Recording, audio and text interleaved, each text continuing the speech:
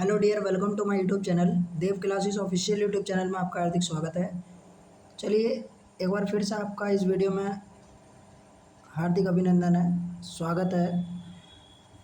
देखिए इस वीडियो में हम एक बार फिर से जीके कुछ महत्वपूर्ण क्वेश्चन आंसर पढ़ने जा रहे हैं जो कि आरपीएफ में आए हुए प्रीवियस ईयर के क्वेश्चन आंसरों के जीके क्वेश्चन आंसर हैं। चलिए शुरू करते हैं। ध्यान रहे कि स्पेशली आरपीएफ की जो वैकेंसीज आई हैं अभी उन एग्ज़ाम के लिए है, और यदि वे एग्ज़ाम जिन्होंने जीके आने वाली है या जीके आएगी उन एग्ज़ाम्स के लिए भी ये क्वेश्चन आंसर महत्वपूर्ण है, तो प्लीज़ ध्यान से पढ़िएगा। चलिए शुरू करते हैं, और जिन क्वेश्चनों के आंसर आपको आते हैं आप हमें कमेंट बॉक्स में लिखकर बता सकते हैं। चलिए शुरू करते हैं। आपके सामने पहला क्वेश्चन ये रहा। पूर्व नियोजित अनुक्रमण ब्रैकेट में लिख रखा है निश्चित क्रम में भूमि के एक टुकड़े पर विभिन्न फसलों के उत्पादन को कहा जाता है, तो ये कहा जाता है सस्यावर्तन। तो ऑप्शन नंबर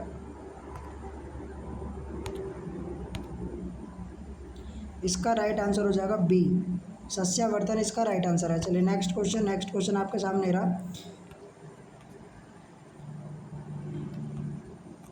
मिट्टी में क्षयशील जैविक पदार्थों के अंश होते हैं जिन्हें कहा जाता है, तो ये कहा जाता है धारण। ऑप्शन नंबर डी इसका राइट आंसर है। धारण यहाँ लिख रखा है, ये इसका राइट आंसर हो जाएगा option number D. Next question आपके सामने ये रहा। भारतीय अर्थव्यवस्था पर सांख्यिकी की पुस्तिका ब्रैकेट में लिख रखा है हैंडबुक को कौन प्रकाशित करता है, तो ये करता है आरबीआई, जो कि यहाँ लिख रखा है भारतीय रिजर्व बैंक, यही इसका राइट आंसर है। देखिए आरबीआई की स्थापना 1 अप्रैल 1935 को हुई।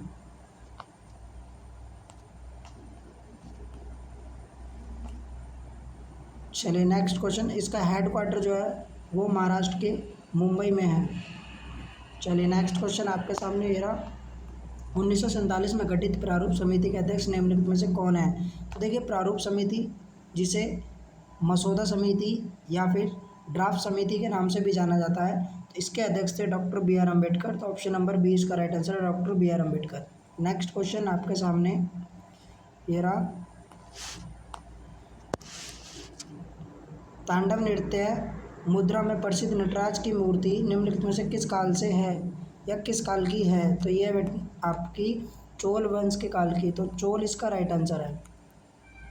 नेक्स्ट क्वेश्चन, प्रधानमंत्री उज्ज्वला योजना डैश से संबंधित है, तो देखिए ये तो सभी लगभग जानते होंगे, अगर नहीं भी जानते हैं तो ये जो प्रधानमंत्री उज्ज्वल योजना जो है ये आपकी बीपीएल महिलाओं को रसोई गैस कनेक्शन से है, तो ऑप्शन नंबर ए इसका राइट आंसर है। ये बीपीएल महिलाओं को रसोई गैस कनेक्शन से संबंधित है प्रधानमंत्री उज्ज्वल योजना। नेक्स्ट क्वेश्चन आपके सामने ये रहा। दादा भाई नौरोजी ने द ईस्ट इंडिया एसोसिएशन को कहाँ स्थापित किया था, तो ये क्या था लंदन में, ऑप्शन नंबर डी इसका राइट आंसर है लंदन। नेक्स्ट क्वेश्चन आपके सामने ये रहा। कोलाइड एक डैश है, तो ये विजातीय मिश्रण है, कोलाइड एक विजातीय मिश्रण होता है, तो ऑप्शन नंबर ए इसका राइट आंसर है। नेक्स्ट क्वेश्चन आपके सामने ये रहा। हजो तीर्थ स्थल केंद्र निम्नलिखित में से किस राज्य में स्थित है, तो ये असम में है, असम इसका राइट आंसर है। नेक्स्ट क्वेश्चन, समाजवादी शब्द को भारतीय संविधान की प्रस्तावना में जोड़ा गया था, तो देखिए 1976 में जो 42वां संशोधन हुआ था, इस संविधान संशोधन के तहत भारतीय संविधान में बहुत सारी चीज़ें जोड़ी गई थी और घटाई गई थी, किंतु इसमें 42वें संविधान संशोधन के तहत जो भारतीय संविधान में अब तक एक बार जो भारतीय संविधान की प्रस्तावना में संशोधन हुआ है वो इसी 1976 के 42वें संविधान संशोधन के तहत किया गया था। इसमें भारतीय संविधान में इस संशोधन के तहत समाजवाद, धर्मनिरपेक्ष और अखंडता शब्द जोड़े गए थे। चलिए तो ध्यान रखिएगा कि समाजवाद शब्द को भारतीय संविधान की प्रस्तावना में जोड़ा गया था, तो ये जोड़ा गया था 1976 में 42वें संविधान संशोधन के तहत। नेक्स्ट क्वेश्चन आपके सामने ये रहा। प्रथम गोलमेज सम्मेलन कब आयोजित किया गया था, तो देखिए प्रथम गोलमेज सम्मेलन लंदन में 1930 में आयोजित किया गया था, तो 1930 इसका राइट आंसर है। ध्यान रहे ये पूछ भी लिया था कि कांग्रेस ने इसमें भाग लिया था, तो इसमें कांग्रेस में भाग इस वाले गोलमेज सम्मेलन में कांग्रेस ने भाग नहीं लिया था। चलिए नेक्स्ट क्वेश्चन आपके सामने रहा। भारतीय संविधान में किस कानून ब्रैकेट में लिख रखा विधि को देश का सर्वोच्च कानून ब्रैकेट में लिख रखा विधि कहा गया है, तो ये कहा गया आपका संवैधानिक नियम को। ऑप्शन नंबर डी इसका राइट आंसर है। नेक्स्ट क्वेश्चन, विश्व में मैंगनीज का प्रमुख उत्पादक देश है, तो ये आपका दक्षिण अफ्रीका, साउथ अफ्रीका इसका राइट आंसर है, अर्थात दक्षिण अफ्रीका इसका राइट आंसर है। नेक्स्ट क्वेश्चन आपके सामने ये रहा, गोइटर ब्रैकेट में लिख रखा है, गलकंड के उपचार में किसका उपयोग किया जाता है, तो गिवाइटर जो हो जाता है, तो ये गिवाइटर जो है इसमें किसका प्रयोग किया जाता है, तो ये आयोडीन का जो आइसोटोप होता है इसका प्रयोग किया जाता है, तो ऑप्शन नंबर डी इसका राइट आंसर है। नेक्स्ट क्वेश्चन आपके सामने रहा, 1931 में द्वितीय गोलमेज सम्मेलन कहाँ आयोजित किया गया था, तो ये किया गया था आपका लंदन में, ऑप्शन नंबर डी इसका राइट आंसर है। तीनों ही गोलमेज सम्मेलन, पहला दूसरा तीसरा, तीनों ही गोलमेज सम्मेलन आपके लंदन में किए गए थे और तीनों में भाग लेने वाले डॉक्टर भीमराव अम्बेडकर थे। और कहा जाए कि कांग्रेस ने या कांग्रेस के किस प्रत्याशी ने या कांग्रेस के एक प्रत्याशी ने किस गोलमेज सम्मेलन में भाग लिया था, तो ये दूसरे वाले गोलमेज सम्मेलन में भाग लिया था। चलिए नेक्स्ट क्वेश्चन, और ये भी कहा जाता है कि गांधी जी ने किस गोलमेज सम्मेलन में भाग लिया था, तो ये दूसरा वाला जो गोलमेज सम्मेलन था इसी में गांधी जी ने भाग लिया था। चलिए नेक्स्ट क्वेश्चन आपके सामने मेरा, भारत के राष्ट्रपति का कार्यकाल होता है, तो देखिए भारत के राष्ट्रपति का कार्यकाल 5 वर्ष का होता है। नेक्स्ट क्वेश्चन देखिए, एक चीज़ और मैं बता दूं आपको, भारत के राष्ट्रपति का कार्यकाल 5 वर्ष का होता है।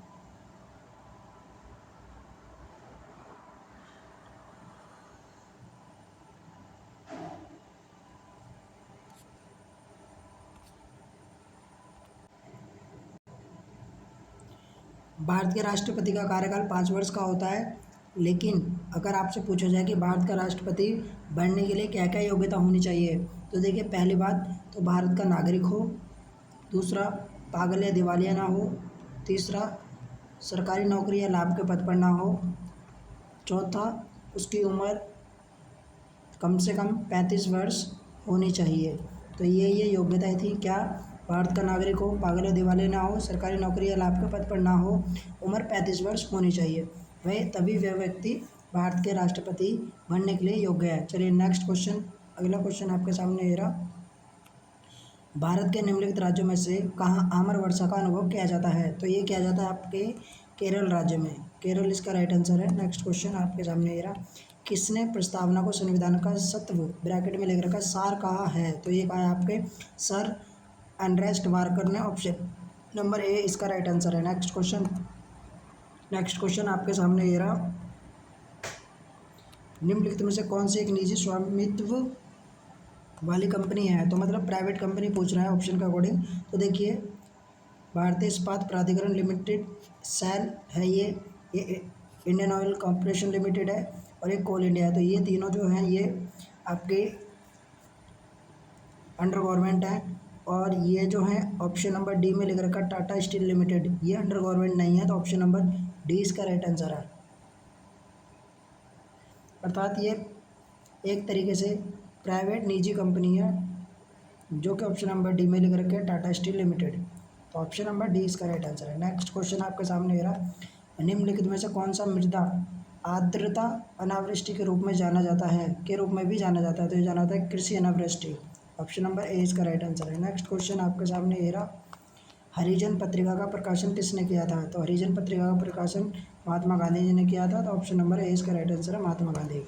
नेक्स्ट क्वेश्चन, पावर ब्रैकेट में लिख रखा है शक्ति का ऐसे मात्रक है, तो शक्ति का ऐसे मात्रक वाट होता है, तो ऑप्शन नंबर ए इसका राइट आंसर है। नेक्स्ट क्वेश्चन, भारतीय संविधान के निम्नलिखित में से किस अनुच्छेद में स्वतंत्रता के अधिकार के प्रावधान हैं, तो भारतीय संविधान में जो अनुच्छेद 19 से 22 है, इसी में स्वतंत्रता का जो अधिकार है उसके प्रावधान है। और ध्यान रहे इसी में एक 21A आएगा आर्टिकल, इसी बीच 19 अनुच्छेद 19 से 21 के बीच में ही एक आर्टिकल आएगा 19A, इसमें भारतीय 21A, इसमें मौलिक अधिकार जो है वो शिक्षा का मौलिक अधिकार भी दिया गया है।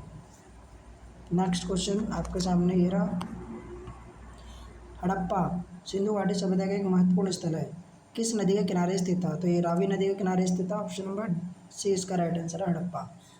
और ये वर्तमान में कहाँ पर है, तो ये वर्तमान में आपके पाकिस्तान में है, नेक्स्ट क्वेश्चन आपके सामने ये रहा। नवंबर 1946 में संविधान सभा का गठन इस योजना के तहत किया गया था। तो संविधान सभा जो बनाई गई थी वो किस योजना के तहत बनाई गई थी, ये आपसे पूछा। तो देखिए कैबिनेट मिशन योजना, कैबिनेट मिशन योजना जो है इसी के तहत भारतीय संविधान सभा का गठन किया गया था। और भारतीय संविधान सभा जब गठित की गई थी तो उसकी पहली मीटिंग या पहली सभा 9 दिसंबर 1946 को बैठी थी। चलिए नेक्स्ट क्वेश्चन आपके सामने ये रहा। निम्नलिखित में से कौन ऊष्मा और विद्युत का निर्बल चालक है, तो ये आपका अधातु है। निम्न में से कौन ऊष्मा और विद्युत का निर्बल चालक है, तो ये अधातु है। ऑप्शन नंबर ए इसका राइट आंसर हो जाएगा। नेक्स्ट क्वेश्चन आपके सामने ये रहा। निम्नलिखित में से कौन पेट्रोलियम निर्यातक देशों के संगठन ब्रैकेट में लेकर का ओपेक का सदस्य है, तो ये आपका लीबिया है। भारत नहीं है, यूएसए नहीं है, दक्षिण अफ्रीका भी नहीं है, ये लीबिया इसका राइट आंसर है। नेक्स्ट क्वेश्चन आपके सामने ये रहा। दो लगातार संकुचन या दो लगातार विलयन के योगफलों के बीच की दूरी को क्या कहा जाता है, तो ये कहा जाता है आपका तरंग दैर्घ्य। ऑप्शन नंबर सी इसका राइट आंसर है, तरंग दैर्घ्य। तरंग दैर्घ्य इसका राइट आंसर है। नेक्स्ट क्वेश्चन आपके सामने ये रहा। अर्थव्यवस्था में जीडीपी ब्रैकेट में लेकर का जीडीपी का पूर्ण रूप क्या है, जीडीपी की फुल फॉर्म पूछिए आपसे, तो जीडीपी की फुल फॉर्म है आपका ग्रॉस डोमेस्टिक प्रोडक्ट, यही इसका राइट आंसर है, option number C. Next question. निम्नलिखित में से कौन सी नदी यमुना की दाहिने किनारे की एक सहायक नदी ब्रैकेट में लेकर का उपनदी है, तो ये आपका कैन नदी है। ऑप्शन नंबर बी इसका राइट आंसर है, कैन। नेक्स्ट, ओलंपिक का मूल डैश से जुड़ा है, तो ये जुड़ा है ग्रीक से। ऑप्शन नंबर ए इसका राइट आंसर है, ग्रीक। सागौन साल शीशम जैसे पेड़ की प्रजातियां किस प्रकार के जंगलों में पाई जाती हैं, तो ये पाई जाती हैं आपकी उष्णकटिबंधीय आर्द्र पर्णपाती वन में। तो ऑप्शन नंबर डी इसका राइट आंसर है। नेक्स्ट क्वेश्चन आपके सामने ये रहा। निम्नलिखित में से किस खेल में बल्ले की जरूरत होती है, तो बल्ले की जरूरत ऑप्शन के अकॉर्डिंग फुटबॉल में नहीं होती, रग्बी में नहीं होती, वॉलीबॉल में नहीं होती, सॉफ्ट बॉल में होती है। तो ऑप्शन नंबर सी इसका राइट आंसर हो जाएगा, सॉफ्ट बॉल। नेक्स्ट क्वेश्चन आपके सामने ये रहा। किसे संरचना और कार्य में समान कोशिकाओं का समूह कहा जाता है, तो ये कहा जाता है उत्तक को। तो ऑप्शन नंबर डी इसका राइट आंसर है, उत्तक। नेक्स्ट क्वेश्चन आपके सामने ये रहा। निम्नलिखित में से किस विदेशी यात्री ने तेलुगु भाषा को पूर्व की इतालवी ब्रैकेट में लेकर का इटली कहा था, तो ये कहा था आपके निकोलो कॉन्टी ने। ऑप्शन नंबर ए इसका राइट आंसर है। निम्नलिखित में से किस विदेशी यात्री ने तेलुगु भाषा को पूर्व की इतालवी ब्रैकेट में लेकर का इटली कहा था, तो ये कहा था निकोलो कॉन्टी ने। तो ऑप्शन नंबर ए इसका राइट आंसर है, निकोलो कॉन्टी। निकोलो कॉन्टी इसका राइट आंसर हो जाएगा। नेक्स्ट क्वेश्चन आपके सामने ये रहा। SEZ ब्रैकेट में लेकर का SEZ क्या है, जिसका गठन विदेशी